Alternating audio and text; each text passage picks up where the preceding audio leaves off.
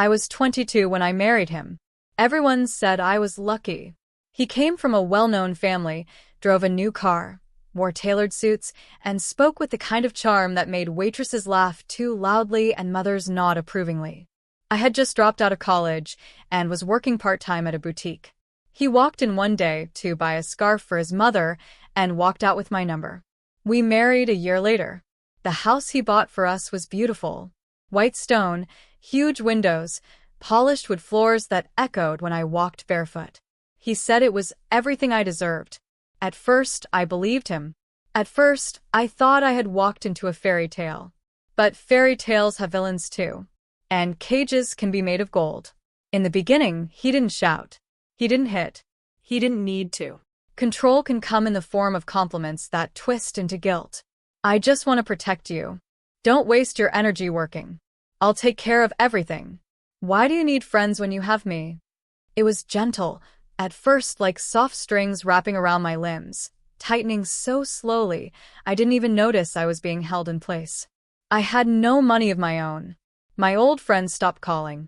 My mother, well, she liked him. You don't know how hard it is to find a man like that, she used to say. You're lucky he picked you. It didn't feel like luck. Not really. But it took years before I could admit that even to myself. I stopped recognizing myself somewhere around year 4. Not because I changed all at once, but because I disappeared in pieces. Like a mirror slowly fogging over. You can still make out the shape, the outline, but the details go missing. At first, it was simple things. I stopped wearing my favorite perfume because he said it was too strong. I stopped listening to certain music because it gave him a headache. I stopped reading in bed because he said the light bothered him. Eventually, I stopped reading altogether. Then I stopped asking for little things. Then I stopped asking for anything. He made all the decisions. What we ate, where we traveled, how we spent our weekends. He liked things quiet, predictable, Polished. I became quiet, predictable, Polished. but inside I was loud. I screamed in silence, over and over again.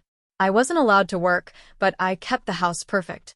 Not because I loved it, but because if something was out of place, anything at all, he would say I was slipping. You have one job, babe. Don't make me regret trusting you with it. He never hit me. People always ask that when they hear my story. But abuse doesn't always bruise the skin. Sometimes it bruises your mind. And that takes longer to heal. I started talking to myself, quietly in closets, in bathrooms with the water running. I told myself stories about women who left, women who got free. I imagined what I'd do, with a little apartment of my own. I imagined a cat, maybe a plant, maybe even a bike. But every time I thought about leaving, I remembered how he held the bank accounts. How my name wasn't on the house. How I didn't even have a car. How my mother would say I was being dramatic. How my friends, the few I still had on social media, thought my life looked perfect. And maybe they were right. Maybe I was the crazy one. That thought scared me more than anything. I remember the day the first Real crack appeared. It wasn't in a dramatic moment. No shouting, no slamming doors. It was a Tuesday. I had taken a walk down the street, just to get out of the house. He didn't like it when I walked alone, said it made me look desperate. But he was out of town and I needed fresh air more than I needed permission. That's when I met her. Her name was Teresa. She was outside watering her flowers, and when I passed, she said something silly. Something about the weather and stubborn hydrangeas. I laughed. I hadn't laughed like that in months. We stood there and talked for 15 minutes. 15 minutes, and something shifted inside me. She didn't ask if I was okay. She didn't pry. But the way she looked at me, really looked, made me feel seen. And for someone who had spent years disappearing, that was everything. I started walking more after that. Carefully, always when he was away. I found excuses to pass Teresa's house. Sometimes she was out, sometimes she wasn't. But on the days she was, we talked. About books. About recipes. About nothing at all. She started giving me things, cuttings from her garden, a loaf of banana bread, a used novel with a sticky note on the front that read, "You might like this." She never said the words, but I think she knew. Sometimes women just know. One day she invited me in. I sat at her kitchen table and drank tea out of a mug that didn't match the others. I told her about the cat I almost adopted in college. I told her about the road trip I'd wanted to take through New Mexico. I didn't mention him, but he was in every silence. When I left that afternoon, she hugged me. And I realized it had been over a year since someone hugged me without taking something in return. I started to believe that maybe I wasn't crazy. Maybe I wasn't ungrateful. Maybe I wasn't weak. Maybe I was just trapped. And maybe, just maybe, I could get out. There's a strange thing that happens when you start remembering who you are. It doesn't come back all at once. It arrives in whispers, in the way you stir your coffee, or hum along to a song you forgot you loved, or suddenly remember the way you used to laugh before your voice got quiet. I started writing again. Nothing big, just thoughts in a notebook I kept hidden in the back of the pantry, behind the old cookbooks he never touched. They weren't poems or stories, just fragments. I feel great today. Teresa smiled like sunshine. I think I still exist. Each sentence felt like a rebellion. He didn't notice at first. That was the most terrifying part. How easy it was to slip into a version of myself that was still obedient on the surface but cracking underneath. But I noticed. I noticed that when he insulted me, I didn't immediately apologize. I noticed that I started making small decisions, what to wear, what to eat, what to listen to, without asking for his approval. I noticed I began to look him in the eye again. He didn't like it. He started calling me moody. Said I was getting soft, or being difficult. But I didn't care as much, because I knew why I was changing. One day, Teresa gave me the name of a women's resource center. She didn't push it, just scribbled it on a folded napkin and tucked it into my hand as we said goodbye. You don't have to use it, she whispered. But if you do, they'll listen. I kept it for weeks, tucked in the back of my notebook. I told myself I wouldn't call. I didn't need help. I could figure it out on my own. But something inside me, something small but brave, called the number. The woman on the other end had a warm, steady voice. She asked me gentle questions. She didn't rush. For the first time in a long time, I told someone the truth. All of it. I cried in the dark pantry, crouched between paper towels and canned beans. She told me I wasn't alone. She said it like a fact. Not like comfort, like truth. And it was the first time I believed it might be true. There's no real guidebook for leaving. People imagine it like a door you walk through, but it's more like 1,000 tiny cracks that you have to crawl through one by one. After I called the center, I didn't pack my bags and run. I didn't even sleep differently. But I started building a map, in my head, on paper, and in the quiet corners of my heart. A map of who I could call, where I could go, what money I could hide. Each small step felt enormous. I opened a secret bank account. It took 3 tries. The first bank asked too many questions, and I got scared. The second wanted a joint account.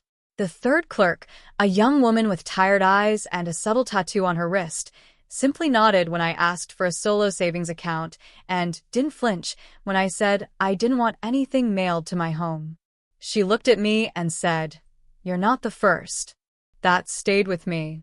Not the first. Not alone. I sold a bracelet he never paid attention to and hid the cash. I started stashing grocery money, just a few dollars at a time, in an envelope inside an old cereal box.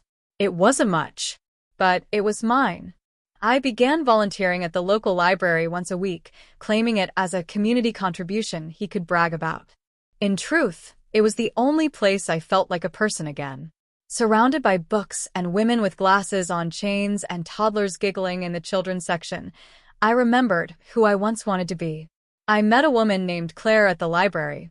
She was older, probably mid-60s, with silver hair tied in a braid and a voice that sounded like it had told 1,000 bedtime stories. She complimented my handwriting. It was the simplest thing, but it lit something in me. We started talking over coffee. Just now and then.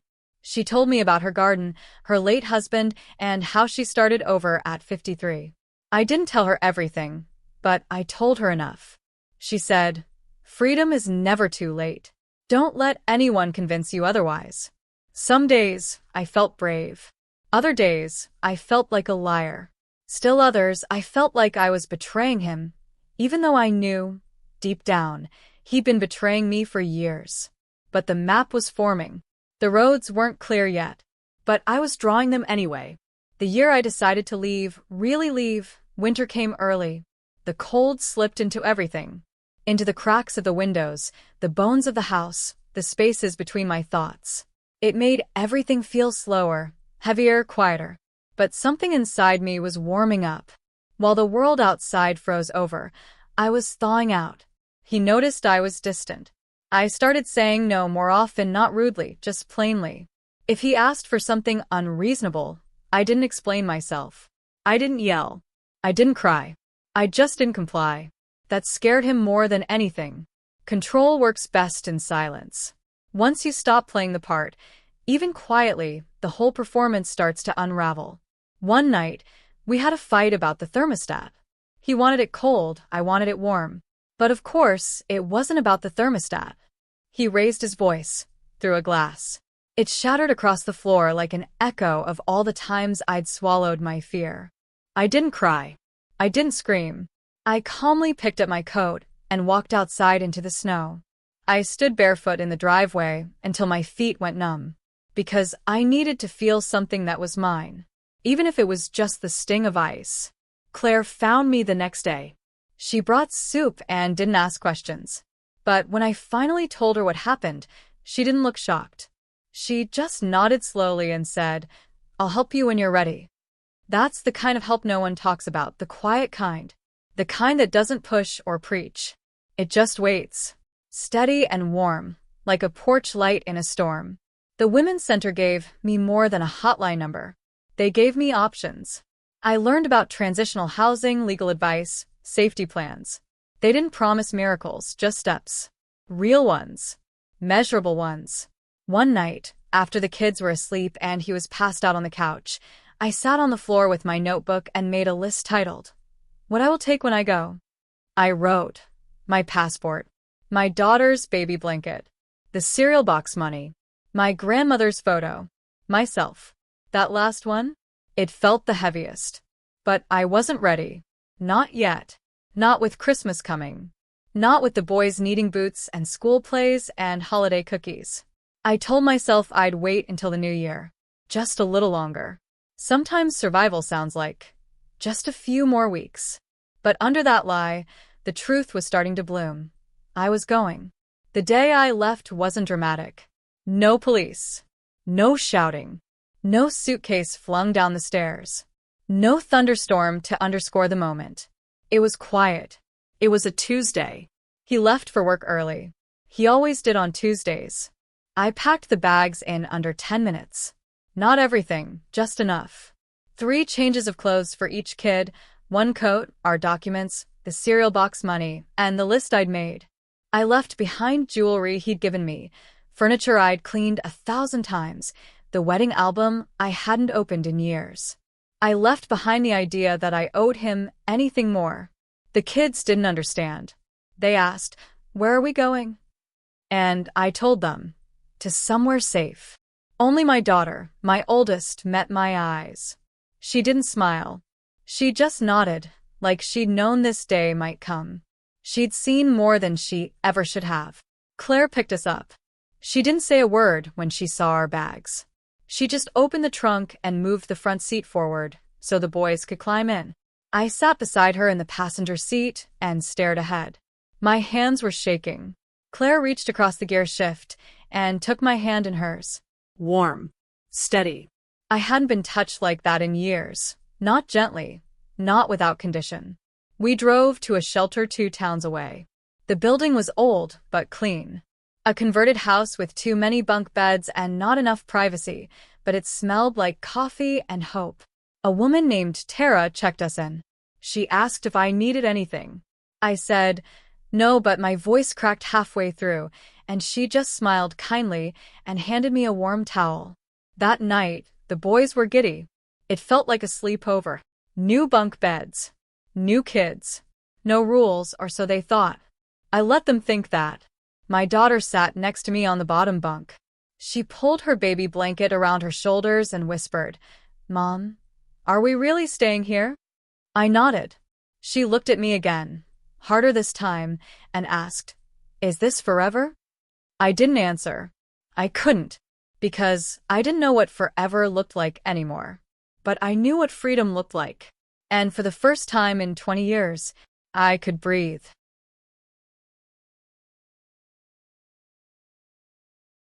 Freedom wasn't loud. It didn't announce itself with fireworks or applause. It whispered, "You're allowed.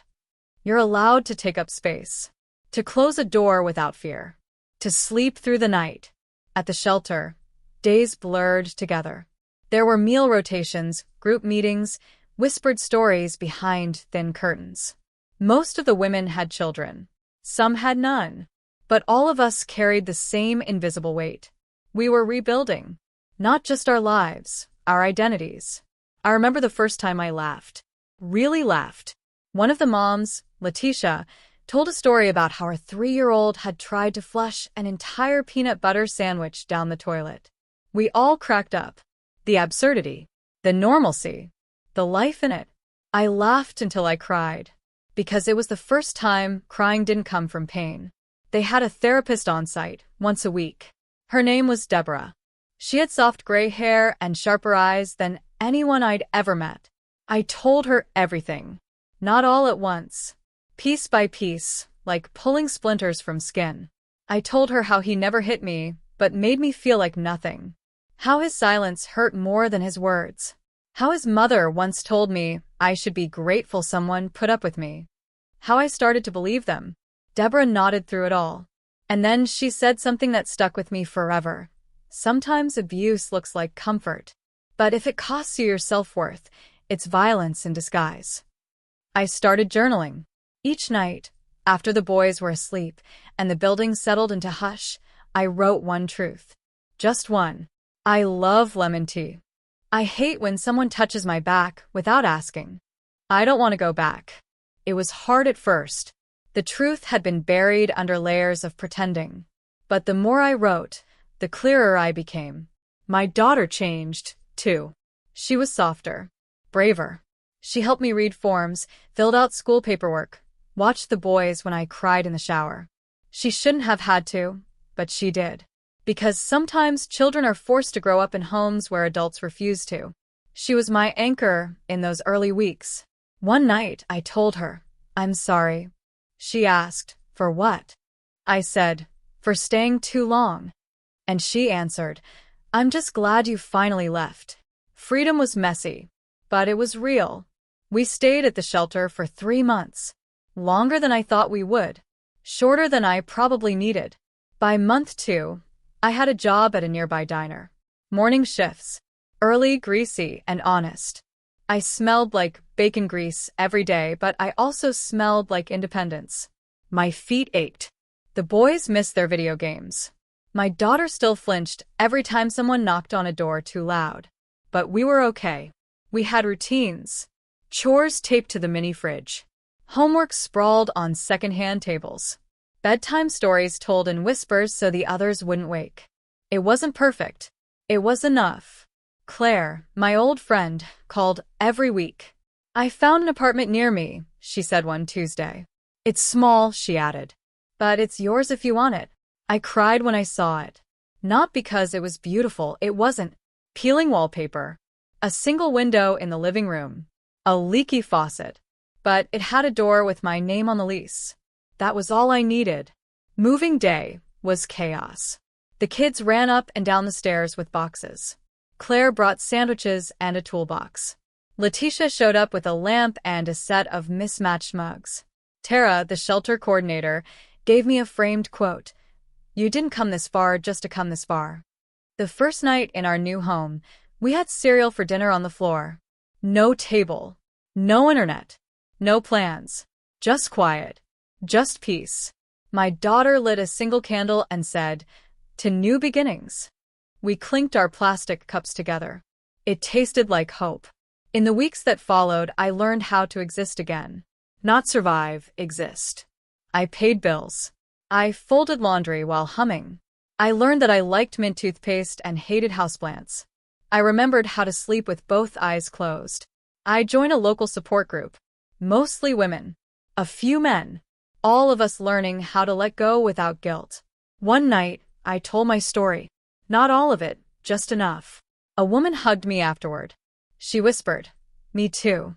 Freedom still felt fragile, like something I could drop if I moved too fast. But every morning I woke up and chose it again. That was enough. It's been 3 years since I left. 3 years since I packed everything we owned into 2 garbage bags and a grocery tote. 3 years since I said no more and meant it. And still, sometimes I wake up in a sweat, my heart pounding, convinced I heard his voice in the hallway. But then I roll over and remember, I am safe. The boys are bigger now. They argue over cereal and laugh too loud. They still ask hard questions. Was Daddy always mean? Why did you stay so long? Are you ever going to get married again? I answer honestly, age-appropriately, and with as much gentleness as I can carry. I tell them love should never feel like a threat. That control is not the same thing as care. And that no, I'm not planning to get married again. At least not yet. My daughter is thriving. She's got a part-time job at the bookstore, and she wants to study psychology. She says she wants to help girls like me, like her, find their voice sooner. I don't cry when she says that. Not anymore. I just nod and help her fill out the college forms. I write a lot now. Not for anyone else, just for me. Journals, letters I'll never send, messy poems on receipt paper. Words help me survive the cage. Now, they help me remember I'm free. Sometimes I still hear their voices in my head, his mother's, the people who judged from afar. You're too sensitive. You're lucky someone married you. You'll never make it on your own. They were wrong. I made it. Not perfectly. Not without scars. But fully. I've met women who escaped worse. And women who went back. I don't judge them. I know how long it takes to believe you're worth more than your suffering. I know how heavy silence can be when you think it's your only choice. That's why I talk now. Not loudly, but truthfully. I share my story with other women, with my children, with strangers in waiting rooms. Because stories are survival maps. And mine might be the light someone else needs. Every year on the day I left, I do something just for me. The first year I bought a cupcake and ate it on a bench with my hands. The second, I got a tattoo on my wrist, a small bird, mid-flight. This year I took the boys to the ocean and let them scream into the wind. We're building new traditions. New memories. New meanings for old dates. I still carry shadows. But they don't own me anymore. I have bad days, but they pass. And good days, oh, they shine. Some mornings, I wake up to the smell of pancakes and laughter. Some nights, we fall asleep watching movies on the couch, the four of us tangled like puppies. This is not the life I thought I'd have. It's better. Because it's mine.